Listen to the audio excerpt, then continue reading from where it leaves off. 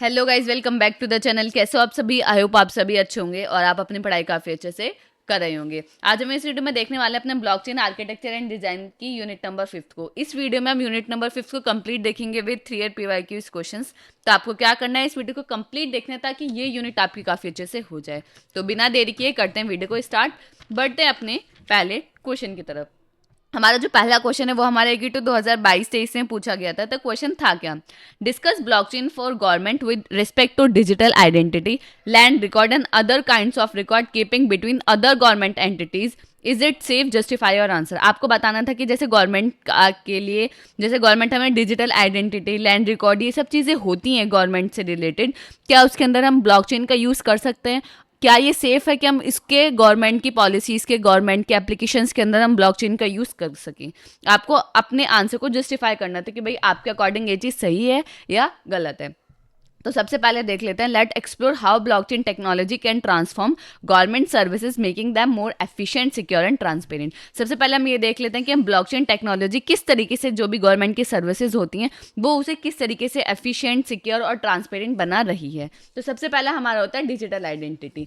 Digital identity क्या होता है? Basically digital identity 1-to-1 relationship होती है हमारे ह्यूमंस के बीच में और डिजिटल प्रेजेंस के बीच में, उसी को हम बोलते हैं डिजिटल आइडेंटिटी।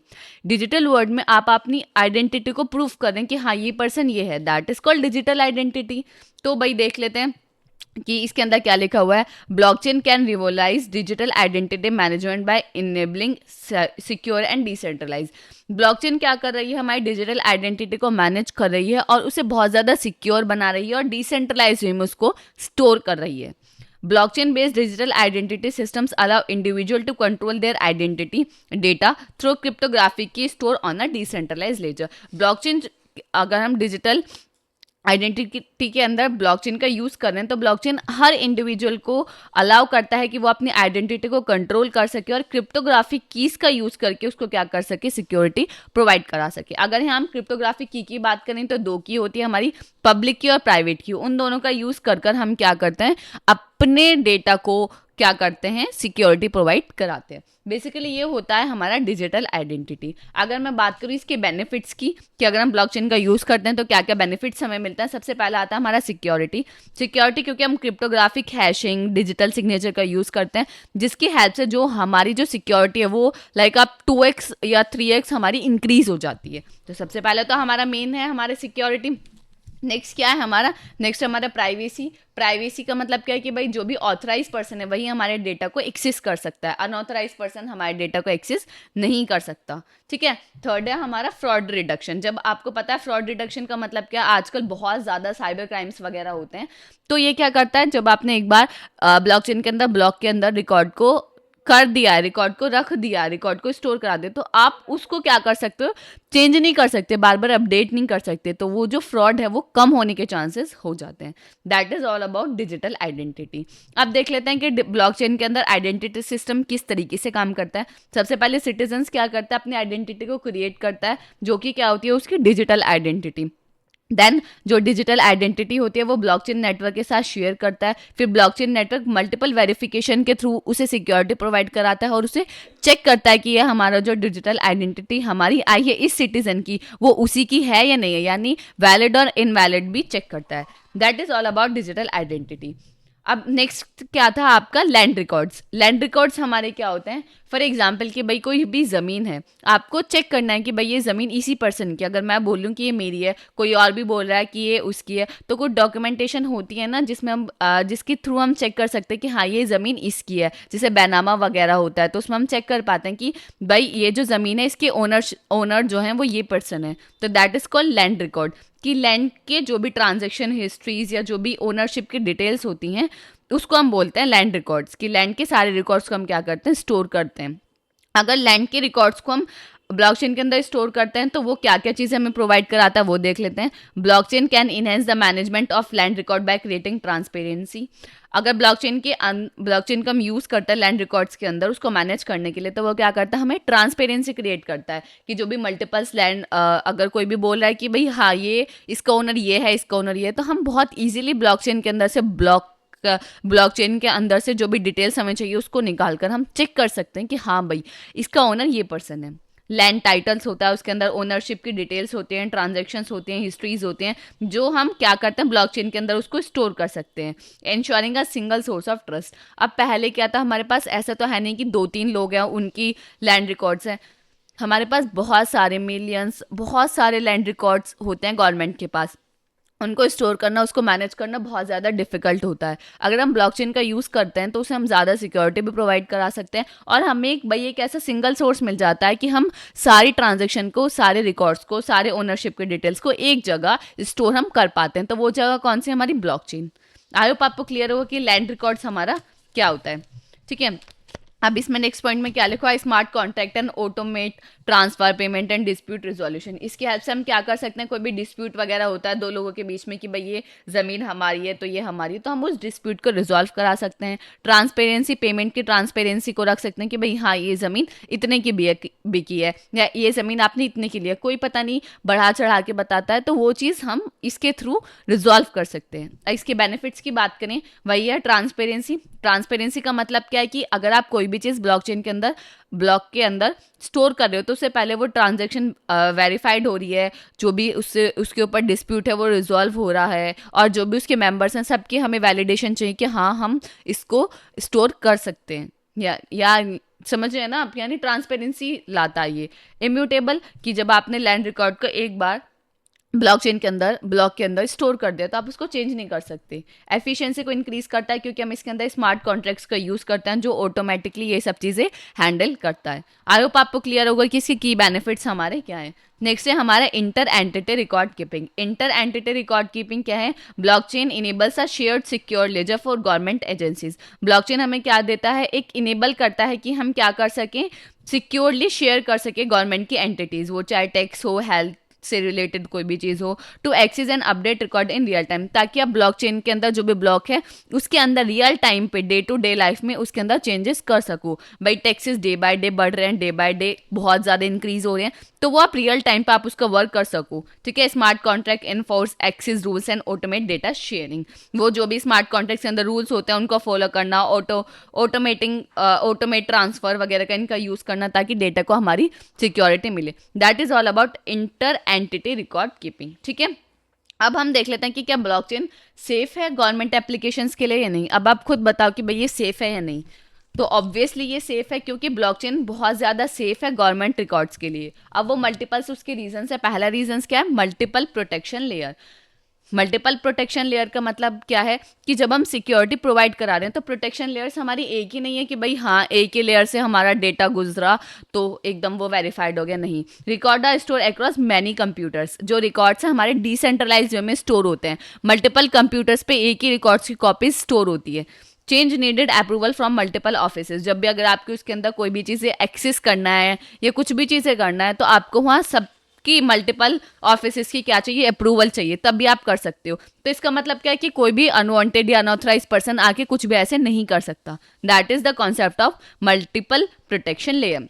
नेक्स्ट है प्रिवेंट टेम्परिंग। प्रिवेंट टेम्परिंग का मतलब क्या, जब आपने रिकॉर्ड को ऐड कर दिया तो उसको आप इरेज नहीं कर सकते, तो इसकी वजह से जो हमारी टेम्परिंग है वो उसको हम क्या कर पाते हैं, प्रिवेंट कर पाते हैं। नेक्स्ट है बेटर देन ट्रेडिशनल सिस्टम। भाई ट्रेडिशनल सिस्टम में क्या था कि कोई भी एक सिंगल पॉइंट, कोई भी एक ऐसा सिंगल पॉइंट था कि भाई यहाँ हमारा सब स्टोर, तो हैकर बहुत इजीली हैक कर पाता था, सारे डेटा को लॉस कर पाता था।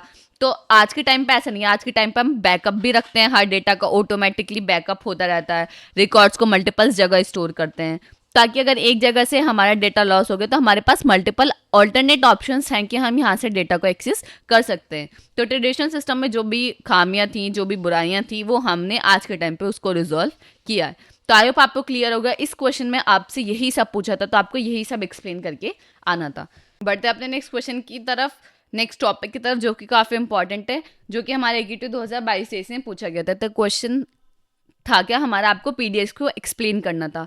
PDS stand for public distribution system. Public distribution system हमारा होता क्या है, the PDS is our government run program to distribute essential goods like food, grain, fuels to citizens, often targeting low income group.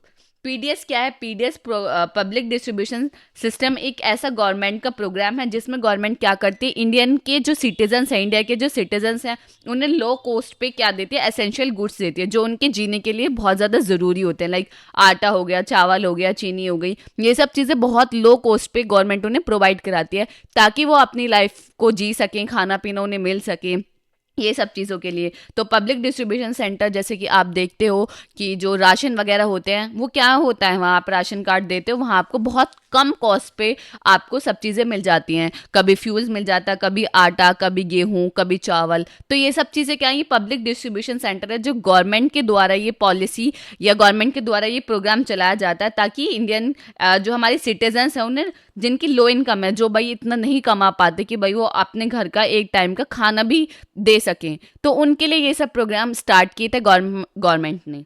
अब भाई public distribution center में ऐसा नहीं है कि आप कहीं पे भी जाओगे आपको कहीं पे भी मिल जाएगा। नहीं, स्पेसिफिक जगह बनाई गई है, स्पेसिफिक गवर्नमेंट्स की जगह है, वहाँ शॉप बनाई गई है, वहीं जाके आपको जो भी गवर्नमेंट पॉलिसीज या कोई भी गवर्नमेंट प्रोग्राम, जो भी एसेंशियल गुड्स आपको मिलेंगे वो आपको वहीं मिलेंगे। ऐसा नहीं कि आप किसी भी शॉप पे चले जाओगे और आपको मिल जाएंगे। तो आई होप आपको क्लियर होगा कि पब्लिक डिस्ट्रीब्यूशन सेंटर हमारा क्या होता है। Blockchain and cryptography and streamline and secure these operations, ये ब्लॉकचेन्स वगैरह ये सब क्या करते हैं, इसको सिक्योरिटी प्रोवाइड करते हैं। अब इसका इम्प्लीमेंटेशन देख लेते हैं ब्लॉकचेन की हेल्प से। आर डिसेंट्रलाइज लेजर रिकॉर्ड और transaction in the PDS supply chain from procurement to distribution. Procurement distribution तक जो भी ट्रांजेक्शन होती है सब हम क्या करते हैं, स्टोर करते हैं। किसके अंदर? ब्लॉकचेन के अंदर। Each stakeholder, farmers, warehouse interact with the blockchain ensuring transparency. ऐसा नहीं है कि गवर्नमेंट के कुछ ही मेंबर्स, जो भी स्टैक होल्डर्स होते हैं, फार्मर्स होते हैं, वेयर हाउस होते हैं, वो सब इंटरेक्ट कर पाते हैं ब्लॉकचेन की हेल्प से ताकि ट्रांसपेरेंसी बनी रहे सब लोगों के बीच में। ठीक है, बेनिफिट्स क्या है? की बेनिफिट्स आपके वही हैं कि transparency, efficiency and fraud prevention ये हमारे करता है। अब ब्लॉकचेन इंटीग्रेशन इन पीडीएस देख लेते हैं, किस तरीके से इंटीग्रेट करते हैं हम पब्लिक डिस्ट्रीब्यूशन सेंटर में ब्लॉकचेन का। सबसे पहला होता है supply chain tracking. Supply chain tracking का मतलब क्या है कि जब आप कोई भी चीज़ सप्लाई कर रहे हो तो उसको आप किस तरीके से ट्रैक करते हो, उसको हम बोलते हैं supply chain trekking.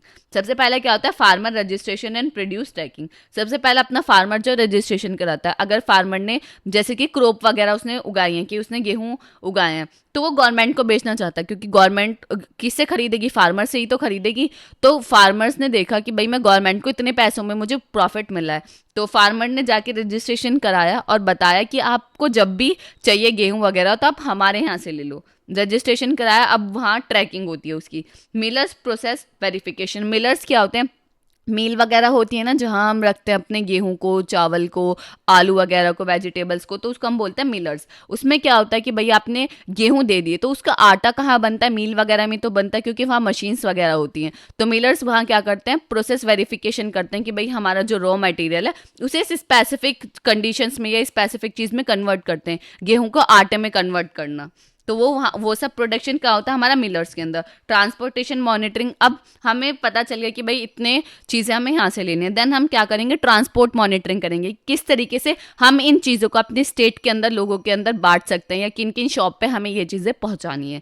Net fair price shop distribution record. Fair price shop कौन कौन सी शॉप होती हैं? ये वो शॉप होती हैं जो गवर्नमेंट्स की होती हैं, जहाँ आपको, आप देखते हो जहाँ आपको राशन मिलता है, वो शॉप को हम बोलते हैं फेयर प्राइस शॉप। ठीक है, ये होता है हमारा सप्लाई चेन ट्रैकिंग। नेक्स्ट होता है पेमेंट सिस्टम। पेमेंट सिस्टम क्या होता है? Immediate payment processing. जब आप राशन लेने जाते हो तो ऐसा नहीं कि भाई जो भी 10-5 जो भी आपको पैसे दे 10-20 रुपए देने पड़ते हैं, तो जस्ट आप इमीडिएट देते हो। Transparent financial flow. जो भी फाइनेंशियल का फ्लो रहता है वो ट्रांसपेरेंट रहता है, किस तरीके से आ रहा है, किस तरीके से जा रहा है, क्योंकि इस पर पूरा का पूरा गवर्नमेंट नज़र रखती है। और आज के टाइम पे तो नज़र रखने की भी इतनी ज़रूरत नहीं होती, ब्लॉकचेन वगैरह की हेल्प से वो ऑटोमेटिकली वेरिफिकेशन ये सब चीज़ें होती रहती हैं। आई होप आपको क्लियर होगा। अब इस डायग्राम के थ्रू आपको ये पूरा प्रोसेस अच्छी तरीके से क्लियर हो जाएगा कि भाई ये प्रोसेस हमारा किस तरीके से काम करता है। ठीक है, सबसे पहले क्या है? फार्मर। भाई फार्मर ने क्या अपनी क्रॉप प्रोड्यूस करी, फार्मर ने क्या किया, जो है गेहूं उगा लिए। सबसे पहले तो फार्मर गेहूं ही उगाएगा, देन क्या जाएगा? Farmer produce registration. फार्मर गया रजिस्ट्रेशन कराने के लिए, कि भाई गवर्नमेंट से बताने के लिए, ताकि गवर्नमेंट को ये पता चल जाए कि भाई इस वाले फार्मर ने ये चीज़ें उगाई हैं। किसी ने गेहूं उगाए हैं, किसी ने आलू उगाए, आलू बोए हैं, तो वो वहाँ रजिस्ट्रेशन करा के आते हैं कि भैया अगर आपको ये सब चीज़ें चाहिए तो आप हमारे यहाँ से ले लो। नेक्स्ट है मिलर प्रोसेसिंग। मिलर प्रोसेसिंग, मील वगैरह के अंदर वो चीज़ें रखी जाती हैं जो गेहूँ है उन्हें आटे में कन्वर्ट किया जाता है, that is called miller processing. Then यहाँ पेमेंट तो होगी, भैया ऐसा तो है नहीं वो मशीन वगैरह फ्री में काम कर रहे हैं, तो वहाँ आपको पेमेंट करनी पड़ेगी। जब आप रजिस्ट्रेशन कराओगे वहाँ पे भी आपको कुछ पेमेंट करनी पड़ेगी। देन है स्टेट स्टोरेज। स्टेट स्टोरेज क्या है कि भाई यूपी के अंदर, आप कहीं और लखनऊ के अंदर, आप मल्टीपल स्टेट्स में आप क्या पहुँचा रहे हो, अपनी चीज़ें पहुँचा रहे हो। तो सबसे पहले होता है स्टेट स्टोरेज, वहाँ पे भी पेमेंट होगा अगर आपको डिफरेंट डिफरेंट स्टेट में अपनी चीज़ें पहुँचानी है। देन ब्लॉक स्टोरेज, कि यूपी के अंदर हमें इन इन एरियाज़ के अंदर ब्लॉक लेवल पे हम डिस्ट्रीब्यूट करेंगे। ब्लॉक लेवल पे जैसे कि मैंने आपको बताया कि स्टेट में आ गया हमारा सामान, अब ब्लॉक में कि किस किस शॉप पे हमें कितना कितना सामान पहुँचाना है, वहाँ के कितने लोगों के पास राशन कार्ड है, वो सब चीज़ें block storage. Then fair price shop, आपको पता है कि उनकी शॉपों पे वो चीज़ें सामान पहुँचाना और वो जस्ट लोगों को, सिटीजन्स को वो चीज़ें बांटेंगे। दैट इज पूरा ये जो प्रोसेस होता है इसको हम बोलते हैं PDS, public distribution centre. I hope आपको क्लियर होगा। अब इसकी टेक्निकल इंप्लीमेंटेशन की अगर मैं बात करूं तो डेटा को मैनेज करता है, सिक्योरिटी को मेजर करता है, एंड इसके अंदर स्मार्ट कॉन्ट्रैक्ट इंटीग्रेशन होता है। आई होप आपको क्लियर होगा। बढ़ते अपने नेक्स्ट टॉपिक की तरफ, जो कि है हमारा social welfare system. Social welfare system का मतलब है कि सोसाइटी के लिए हम क्या कर रहे हैं, कुछ भी भलाई का काम कर रहे हैं, उसको हम बोलते हैं सोशल वेलफेयर सिस्टम। वो कुछ भी हो सकता है, लाइक आपका आधार कार्ड हुआ, वो भी क्या एक सोशल वेलफेयर ही है, क्योंकि आपको क्या है, बार बार अपनी आइडेंटिटी प्रूफ के लिए आपको बताने नहीं पड़ रहा, अपना फोटो नहीं दिखाना पड़ रहा। जैसे आप आधार कार्ड दिखाओ, वहाँ आपके आइडेंटिटी प्रूफ हो जाते कि हाँ भाई ये पर्सन सही है या ये पर्सन यही है। तो ये वो क्या है, वो भी सोशल वेलफेयर है। हेल्थ केयर, जो गवर्नमेंट हॉस्पिटल्स वगैरह होते हैं वो किस लिए बनाए गए हैं, ताकि लोगों को जो भी अगर दिक्कत हो, वो इतना महंगा अफोर्ड नहीं कर सकते, जो भी हेल्थ होती है, यानी उससे जो भी प्रॉब्लम्स होती हैं उसको इतने ओवरकम नहीं कर सकते, उनके पास इतना पैसा नहीं हो सकता कि वो ट्रीटमेंट करा सके, तो उनके लिए गवर्नमेंट हॉस्पिटल्स बनाए गए हैं, वो भी सोशल वेलफेयर है। फाइनेंशियल एड्स, ये सब चीज़ें क्या हैं, सोशल वेलफेयर की, हम सोसाइटी के लिए कुछ भलाई का काम कर रहे हैं, वो सिस्टम्स उनको हम बोलते हैं social welfare systems. Social welfare system provide financial aids, health care and other benefits of citizen. वो जैसे मैंने आपको बताया कि सोशल वेलफेयर सिस्टम क्या होता है, जो फाइनेंशियल एड्स, हेल्थ केयर, ये सब चीज़ें हमें प्रोवाइड कराता है ताकि जो सिटीजन्स हैं उनको बेनिफिट्स मिल सके। तो अब blockchain and cryptography can secure and optimize these programs particularly for identity verification, fraud detection. Blockchain and cryptography इसको क्या करता है, सिक्योरिटी प्रोवाइड करता है, और जो भी फ्रॉड्स वगैरह होते हैं उनको प्रिवेंट करता है, और जो भी पर्सन होते हैं उनकी क्या करता है, आइडेंटिटी को वेरीफाई करता है कि हाँ भाई ये पर्सन ये है। ठीक है, आई होप आपको क्लियर होगा कि सोशल वेलफेयर सिस्टम हमारा क्या होता है। की बेनिफिट्स की बात करूं, बेनिफिट्स तो सबके इसके यही है कि ट्रांसपेरेंसी, सिक्योरिटी एंड एफिशिएंसी। ठीक है, आई होप आपको क्लियर होगा। बढ़ते अपने नेक्स्ट टॉपिक की तरफ, उसमें क्या है, role of cryptography in blockchain for PDS and social welfare. आपको बताना था कि क्रिप्टोग्राफी और ब्लॉकचेन किस तरीके से public distribution system and social welfare system के अंदर किस तरीके से अपना रोल प्ले करती हैं। तो cryptography is the backbone of blockchain security and functionality in this system. Cryptography जो बेसिकली यूज होती है उसका मेन पर्पस क्या होता है, सिक्योरिटी प्रोवाइड कराना। तो वो एक तरीके से आप समझ सकते हो कि ब्लॉकचेन की बैकबोन है, क्योंकि उसके थ्रू ही आप अपने मल्टीपल सिस्टम्स को मल्टीपल प्रोटेक्शन प्रोवाइड करा पा रहे हैं। तो इसके अंदर कुछ की पॉइंट्स आते हैं। सबसे पहले हमारा होता है डिजिटल सिग्नेचर। इसका क्वेश्चन एनक्यू 2021, 22, 23 लगातार पूछा गया कि आप डिजिटल सिग्नेचर को एक्सप्लेन करो कि डिजिटल सिग्नेचर बेसिकली हमारा क्या होता है। तो डिजिटल सिग्नेचर होता क्या है, the digital signature is a standardize public key crypto system that enable secure digital signature for message and documentation. Digital signature हमारे क्या आता है, जिसके थ्रू हम क्या करते हैं, डॉक्यूमेंट को वेरीफाई कर पाते हैं उसके सिग्नेचर के थ्रू कि हाँ भाई ये डॉक्यूमेंट्स हमारा वैलिड डॉक्यूमेंट्स है। जैसे आप आजकल आप देखते हो AKTU कि जैसे आप पोर्टल पे जाते हो तो वहाँ आपको कोई भी डॉक्यूमेंटेशन अगर चाहिए होती है तो वहाँ नीचे सिग्नेचर आता है, तो that is called digital signature, कि आप वेरीफाई कर पा रहे हो कि हाँ भाई ये जो हमारा डॉक्यूमेंट्स है वो AKTU का ही है। ठीक है, कुछ ना कुछ चीज़ें तो ऐसी होती हैं, तो that is called digital signature, कि डिजिटल वर्ल्ड में आप क्या कर रहे हो, अपने डॉक्यूमेंट्स को वेरीफाई कर रहे हो। Develop by NIST, national institute of standards and technology, 1991 में इसको डेवलप किया था। किसने, NIST ने। अब बेसिकली डिजिटल सिग्नेचर क्या होता है, digital signature is like a hand written signature but for digital files like PDF, emails. Digital signature जैसे आप हैंड रिटन सिग्नेचर्स देखते हो ना, जैसे हम पेन वगैरह पे पेन से करते हैं कॉपी वगैरह पे, उसी तरीके से होता है, बट ये क्या होता है, ये डिजिटल के लिए, डिजिटल वर्ल्ड के अंदर हम यूज़ करते हैं। किसी भी पीडीएफ को, किसी भी डॉक्यूमेंट्स को, किसी भी ईमेल्स को वेरीफाई करने के लिए, उसकी ऑथेंटिसिटी और इंटीग्रिटी को चेक करने के लिए। तो आपको क्लियर है कि डिजिटल सिग्नेचर क्या है। अब हम इसका पूरा वर्किंग प्रोसेस देख लेते हैं कि डिजिटल सिग्नेचर हमारा किस तरीके से वर्क करता है। Digital signature uses private and public की। डिजिटल सिग्नेचर हमारी दो कीज का यूज करता है, एक पब्लिक की और एक हमारी प्राइवेट की। तो हमारी पब्लिक की कौन सी होती है? पब्लिक की वो की होती है जो सबके पास होती है, आपके पास भी होगी, मेरे पास भी होगी, और हर किसी के पास उसकी पब्लिक की होती है। बट अगर हम बात करें प्राइवेट की प्राइवेट की क्या है? आपकी प्राइवेट की आपको पता होगी, मेरी प्राइवेट की मेरी मुझे पता होगी, ठीक है। सबसे पहले होता है साइनिंग प्रोसेस। साइनिंग प्रोसेस में क्या करते हैं आप? You create a message. जो भी आपको मैसेज सेंड करना है, सबसे पहले आप उसको क्रिएट करते हो। A cryptographic algorithm uses your private key to create a unique digital signature for that message. Cryptographic algorithms का यूज कर आप अपनी प्राइवेट की का यूज करके क्या करते हो? उस मैसेज का एक डिजिटल सिग्नेचर क्रिएट करते हो, या आप समझ सकते हो कि एक यूनिक कोड क्रिएट करते हो। जैसे कि मैसेज है हमारा हेलो, तो आपने एक यूनिक कोड इसका digital signature algorithms, cryptographic algorithms का यूज कर इसका एक यूनिक कोड जनरेट कर दिया, लाइक इस तरीके से, ठीक है। सबसे पहले स्टेप इसको हम बोलते हैं signing process. Then sending. Sending का मतलब क्या? You send the message to the recipient, यानी जो रिसीवर है आपने उसको क्या कर दिया? अपने उसका मैसेज उसके पास सेंड कर दिया। अब आप क्या करोगे? जस्ट रिसीवर के पास जैसे पहुंचेगा मैसेज, तो रिसीवर क्या करेगा? उसको वेरीफाई करेगा कि भाई ये जो मैसेज है वो सही पर्सन से आया कि नहीं आया। अब रिसीवर के पास मैसेज हेलो भी पहुंचा, और हेलो के साथ जो कोड था ना, ये @ वाला, ये वाला कोड भी पहुंचा। अब रिसीवर क्या करेगा? The recipient uses your public key to check the signature. अब वो आपकी पब्लिक की का यूज करके चेक करेगा सिग्नेचर को। If the signature match the message it provide you send, the message was not change. अब भाई वो क्या करेगा? उसको ये मैसेज मिला, वो फिर से क्रिप्टोग्राफिक एल्गोरिथम्स का यूज कर इसका डिजिटल सिग्नेचर या एक यूनिक कोड जनरेट करेगा। अगर ये यूनिक कोड और ये कोड दोनों सेम निकलते हैं, तो रिसीवर को पता चल जाता है कि भाई ये जो मेरा मैसेज है ओवर द नेटवर्क चेंज नहीं हुआ है, मैसेज मेरा सही है।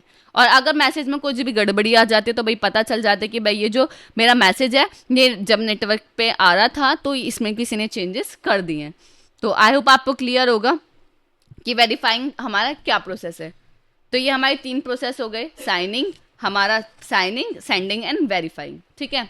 नेक्स्ट आपका टॉपिक है हैश फंक्शन। हैश फंक्शन क्या है? Ensure data integrity by creating unique tamper proof record of transactions. Hash function की हेल्प से भी हम क्या करते हैं? अपने डेटा की इंटीग्रिटी को मेंटेन करते हैं। अब हैश फंक्शन है क्या? Hash function is a special mathematical function that convert input data into fix length of string, numbers and letters. Hash function क्या है? हैश फंक्शन एक स्पेशल मैथमेटिकल फंक्शन है जो क्या करता है? जो भी आपका इनपुट डेटा है उसे हैश फंक्शन के अंदर पास कर एक हैश वैल्यू को क्रिएट करता है, जो कि किसका कॉम्बिनेशन होती है? स्ट्रिंग का, नंबर का और लेटर्स का क्या होती है? कॉम्बिनेशन होती है। अब हैश फंक्शन का ये पूरा डायग्राम है, वो आप देख लो कि भाई सबसे पहले आपका मैसेज होता है, देन आप हैश फंक्शन के अंदर पास करते हो, उसका हैश कोड जनरेट होता है। अब इसमें एक चीज़ है कि भाई आपका जो मैसेज है लाइक वो 10 बिट का है, ठीक है। और जो हैश फंक्शन आप यूज कर रहे हो उसकी कैपेसिटी क्या है? कि वो हमेशा 5 बिट का कोड जनरेट करेगी। तो आप मैसेज 10 बिट का दोगे, बट जो आपकी हैश वैल्यू आएगी वो कितने की आएगी? 5 बिट की ही आएगी। वो जो आपका हैश फंक्शन है उसकी फिक्स्ड वैल्यू होती है कि वो 5 बिट का हैश वैल्यू जनरेट करेगा, 6 का करेगा, 10 का करेगा। तो वो इनपुट पे डिपेंडेंट नहीं होता। आप इनपुट कितना भी दो, चाहे आप 100 दे दो, 200 दे दो या 4 दे दो, उससे कोई मतलब नहीं है। बट जो हैश फंक्शन की कैपेसिटी वो उसके अकॉर्डिंग फिक्स लेंथ का ही हैश वैल्यू जनरेट करेगा। That is concept of hash function. I hope आपको क्लियर होगा। आपका नेक्स्ट है आपका इंक्रिप्शन। इंक्रिप्शन क्या होता है? आप इसमें क्या करते हो? अपने जो भी डेटा होता है उसको, प्रोटेक्टेड डेटा को ट्रांसमिट करते हो ओवर द नेटवर्क। इंक्रिप्शन एक ऐसा प्रोसेस है जिसमें आप अपने जो भी आपका डेटा होता है मैसेज को क्या करते हो? एक रीडेबल फॉर्म से अनरीडेबल फॉर्म में कन्वर्ट करते हो, रीडेबल से अनरीडेबल फॉर्म में कन्वर्ट करते हो। जैसे कि मैंने आपको हेलो बताया, तो हेलो तो कोई भी पढ़ पाएगा, बट इंक्रिप्शन एल्गोरिथम्स लगा के आप इसको इस तरीके से कन्वर्ट कर सकते हो। और अगर कोई ये देखेगा तो वो इजीली नहीं समझ पाएगा कि भाई ये क्या लिखा हुआ है, ठीक है। आई होप आपको क्लियर होगा। तो यही हमारी यूनिट नंबर 5 थी। यूनिट नंबर 5 में हमने सारे टॉपिक्स को कवर किए और सभी PYQs को कवर किया। आई होप आपको क्लियर होगा। अगर कोई भी आपको डाउट है आप कमेंट सेक्शन में बता सकते हैं। अगर ये वीडियो आपको अच्छी लगी तो लाइक, कमेंट, शेयर करना ना भूलें। मिलते हैं किसी अगली वीडियो में। Thank you so much for watching this video. और अगर आपको नोट्स चाहिए तो डिस्क्रिप्शन में आपको लिंक मिलेगा, वहाँ से जाके हमारे नोट्स को डाउनलोड कर सकते हैं।